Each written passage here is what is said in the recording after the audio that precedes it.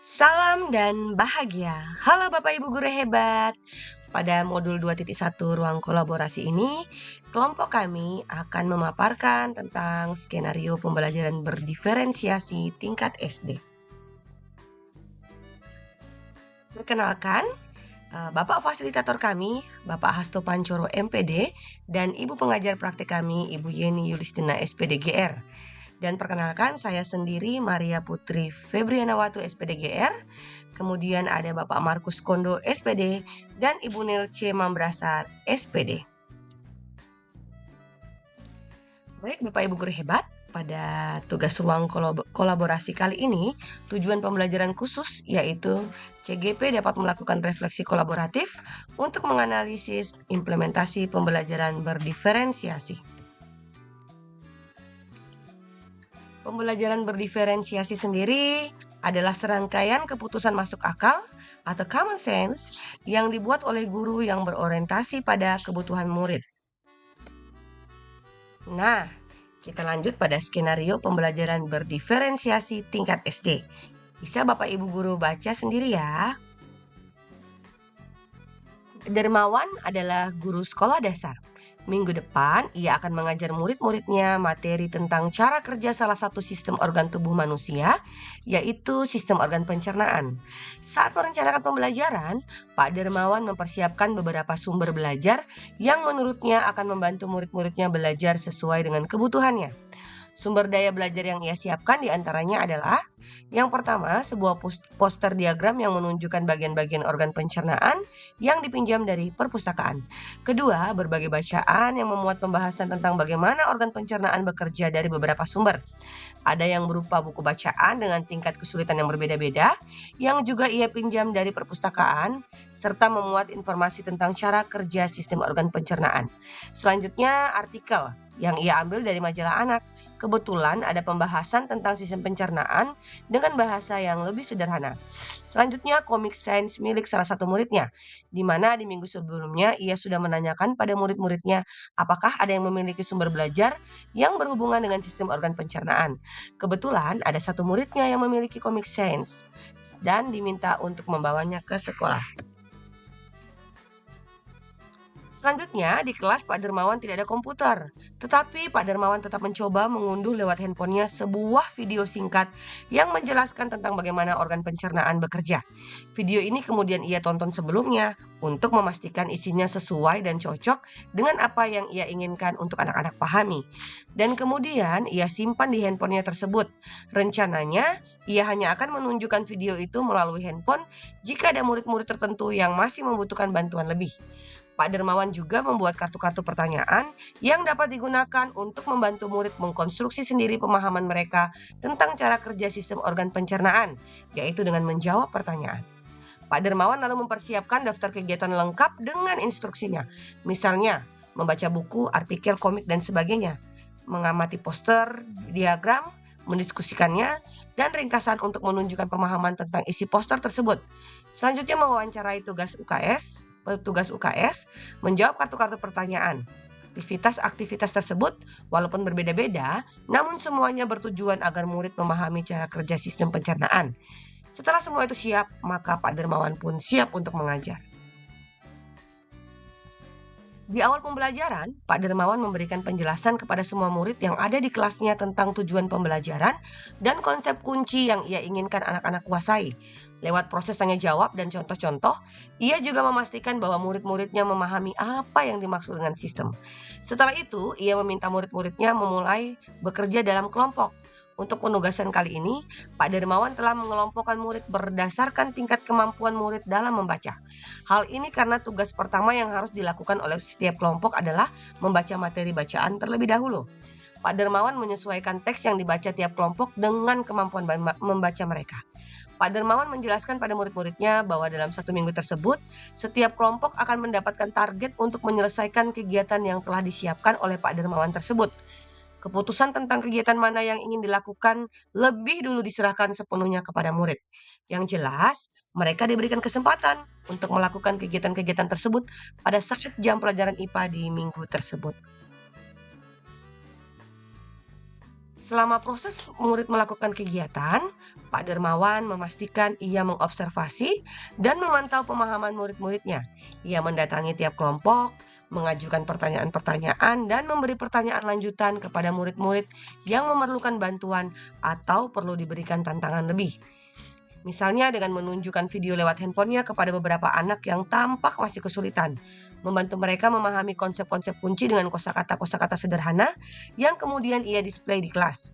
Pak Dermawan juga membuat catatan-catatan penilaian selama proses ini. Setiap jawaban murid, pertanyaan murid, ia perhatikan. Ia gunakan informasi ini untuk menyesuaikan tingkat bantuan yang akan ia berikan kepada muridnya. Setelah itu, Pak Dermawan kemudian melakukan penilaian untuk mengetahui sejauh mana murid-muridnya memahami materi tersebut. Ia kemudian membuat penilaian berjenjang. Untuk murid-murid yang kemampuannya kurang, ia menugaskan mereka untuk menjelaskan alur pencernaan dalam sebuah diagram alur sederhana yang dilengkapi penjelasan singkat dengan menggunakan kosakata sederhana sesuai dengan yang telah mereka pelajari dan bahkan telah didisplay di kelas. Untuk murid-murid yang kemampuannya sedang, ia meminta mereka membuat sebuah cerita narasi tentang alur pencernaan dengan kosakata yang lebih bervariasi. Sedangkan untuk murid-murid yang kemampuannya tinggi, ia meminta mereka membuat sebuah cerita kreatif dan perspektif seorang makanan yang menarasikan alur pencernaan. Melalui tugas ini, penyusunan kalimat dan pemilihan kosakata yang digunakan tentunya sudah lebih sulit.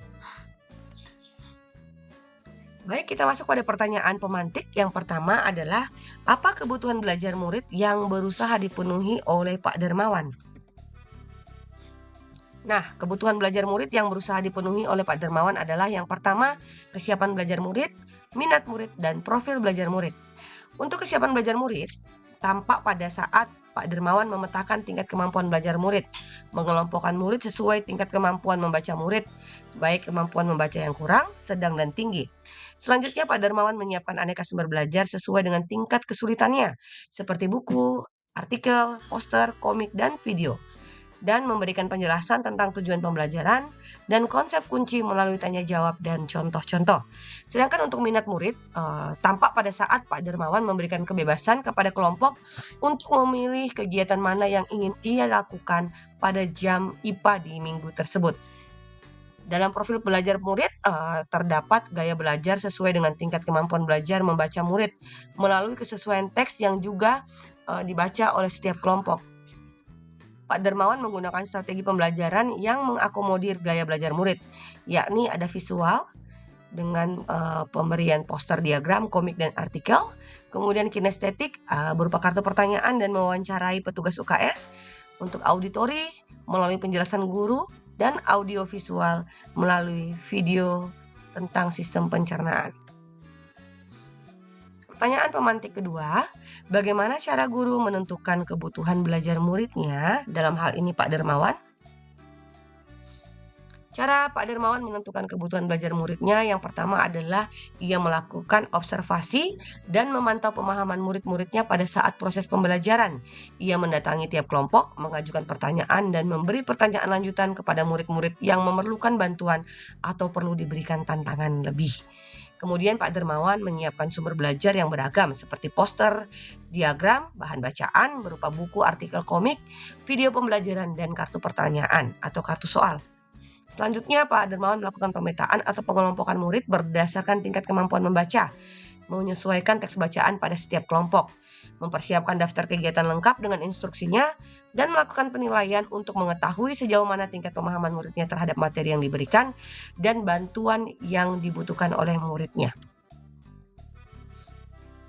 Pertanyaan pemantik ketiga, strategi pembelajaran berdiferensiasi apa yang digunakan oleh Pak Dermawan? Nah, strategi pembelajaran berdiferensiasi yang digunakan oleh Pak Dermawan adalah yang pertama diferensiasi konten, kedua diferensiasi proses, dan ketiga diferensiasi produk. Untuk diferensiasi konten nampak pada saat Pak Dermawan mempersiapkan konten atau sumber belajar dalam berbagai bentuk, yaitu poster, diagram, buku teks, artikel, komik, video.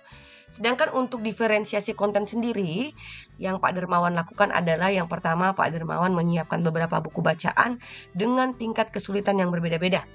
Kemudian Pak Dermawan menyiapkan artikel tentang sistem pencernaan dengan bahasa yang lebih sederhana. Selanjutnya, Pak Dermawan mendownload video yang akan diberikan kepada murid yang masih mengalami kesulitan dalam memahami materi yang diberikan. Dan yang terakhir, Pak Dermawan menyiapkan kartu-kartu pertanyaan bagi murid untuk mengkonstruksi sendiri pemahaman mereka. Tentunya dengan tingkat kesulitan yang berbeda-beda sesuai dengan masing-masing kelompok. Sedangkan untuk diferensiasi proses, di sini nampak ketika Pak Dermawan mengelompokkan murid berdasarkan dengan tingkat kemampuan membacanya, baik tingkat kemampuan membaca yang kurang, sedang, dan juga yang membaca dengan kemampuan yang tinggi. Selama kegiatan, Pak Dermawan memantau pemahaman murid dengan memberikan pertanyaan, menunjukkan video bagi murid yang masih kesulitan, menjawab kartu pertanyaan, dan juga mewawancarai petugas UKS. Untuk diferensiasi produk, di sini nampak pada saat Pak Dermawan memberikan murid tugas dengan tingkat kesiapan murid dan tingkat kesulitan yang berbeda-beda. Selain dari hasil wawancara, akan ada variasi produk dari hasil penilaian dengan sistem berjenjang, seperti diagram alur pencernaan, cerita narasi tentang alur pencernaan dengan kosakata yang lebih bervariasi, dan yang ketiga yaitu cerita kreatif dari perspektif seorang makanan yang menarasikan alur pencernaan dengan kosakata yang lebih sulit. Pertanyaan pemantik keempat adalah, bagaimana guru tersebut melakukan penilaian?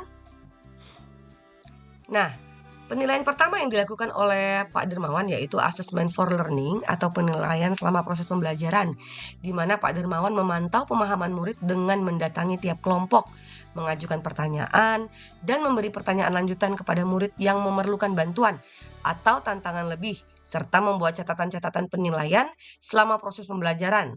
Setiap pertanyaan dan jawaban dari murid selalu diperhatikan.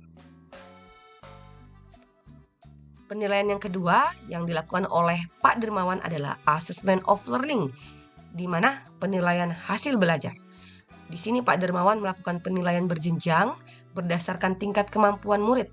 Untuk kemampuan murid yang kurang, Pak Dermawan meminta mereka membuat sebuah diagram alur sederhana tentang sistem pencernaan, penjelasan singkat dan jelas. Untuk murid yang berkemampuan sedang, membuat sebuah cerita narasi tentang alur pencernaan dengan kosakata yang lebih bervariasi. Dan tingkat kemampuan peserta yang tinggi, membuat sebuah cerita kreatif dan perspektif seorang makanan dengan kosakata yang lebih sulit. Selanjutnya, untuk penilaian yang ketiga, assessment as learning, di mana di sini penilaian yang dilaksanakan selama proses pembelajaran berlangsung dengan melibatkan murid secara aktif dalam kegiatan penilaian tersebut. Peserta didik diberi pengalaman untuk belajar menjadi penilai bagi dirinya sendiri. Namun dalam kasus Pak Dermawan ini belum dilaksanakan penilaian assessment as learning. Baik Bapak Ibu guru hebat, demikianlah presentasi dari kelompok kami. Kurang lebihnya kami mohon maaf. Sekian dan terima kasih. Tetap semangat Bapak Ibu guru hebat. Guru bergerak, Indonesia maju. Guru penggerak, tergerak, bergerak, dan menggerakkan.